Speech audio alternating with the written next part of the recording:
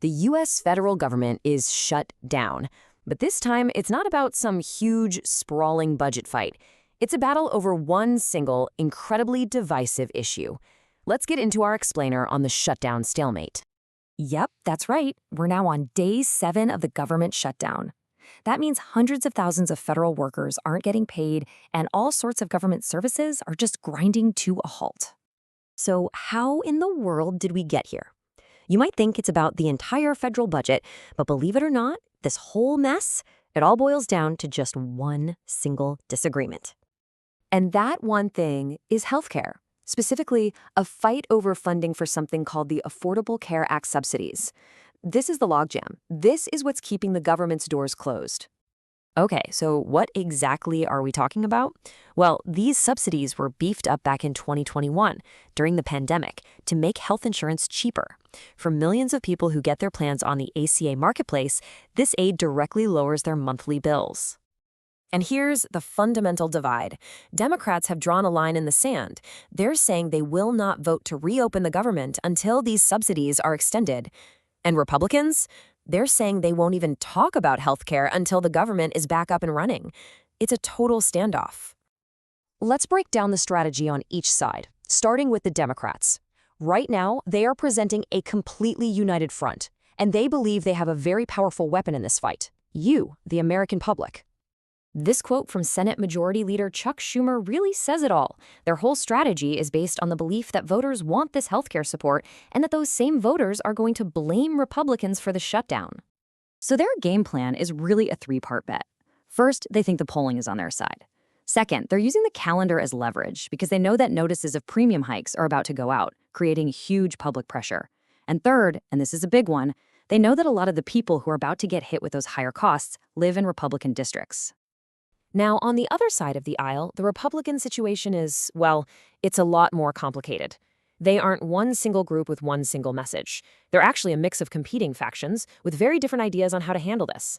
To really understand the Republican position, you have to get to know these 3 groups, because each one is pulling the party in a different direction. You've got the hardliners, you've got the leadership, and you've got the pragmatists. Let's start with the hardliners. This quote from Representative Chip Roy is pretty telling. For them, this isn't an ideological fight they have been wanting to have for 15 years, ever since the ACA passed. They see this as their moment to finally chip away at the program, and backing down is simply not an option. Then you've got the leadership. Speaker Mike Johnson's public message is a lot more measured. The official party line isn't about destroying the program. It's about fixing what they call a failed policy. It frames their position as one of reform, not just pure opposition. But behind the scenes, it's a bit more nuanced. While they're publicly refusing to negotiate, you hear leaders like Senator John Thune suggesting they might be open to a deal, but only after the government reopens and only if some reforms are included. And they also admit that, hey, a lot of this depends on what the White House wants to do. And that brings us to the third group, the pragmatists. You know, this quote from Representative Marjorie Taylor Greene is fascinating because it's so personal. She's saying, look, I don't like the ACA, but I'm seeing firsthand how losing these subsidies will hammer my own family and the people I represent. And that's really the key for this group. The abstract political fight is suddenly becoming very, very real. They're getting calls from voters back home who are freaking out about their insurance costs doubling. That kind of direct pressure, it's a powerful thing. So let's pull back from all the political gamesmanship for a second. What's actually at stake here? Well, the human cost is enormous, and the clock is definitely ticking. 24 million. That's a record number of Americans who currently get their health insurance through the ACA. This isn't some abstract debate. This is about the healthcare for a population that's bigger than the entire state of Florida. And a very real deadline is coming up fast.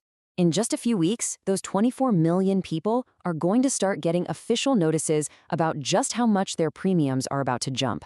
And that's all going to happen right before November 1st when open enrollment begins. The pressure is about to get intense. So with all that, is there any way out of this? With both parties so dug in, any kind of compromise feels, well, pretty out of reach at the moment. And it's not for a lack of trying, at least from some people. You've had senators from both parties float ideas, a 1-year extension, a promise to talk later, but every single attempt has completely failed. the core demands from leadership on both sides just haven't changed. Which leaves us at a complete standstill. The government is shut, the talking points are set, and both parties are locked in a high-stakes political staring contest. Each one is just waiting for the other side to finally give in. And that really brings us back to this central question. With that clock ticking down and the health insurance of 24 million Americans just hanging in the balance, who is going to blink first?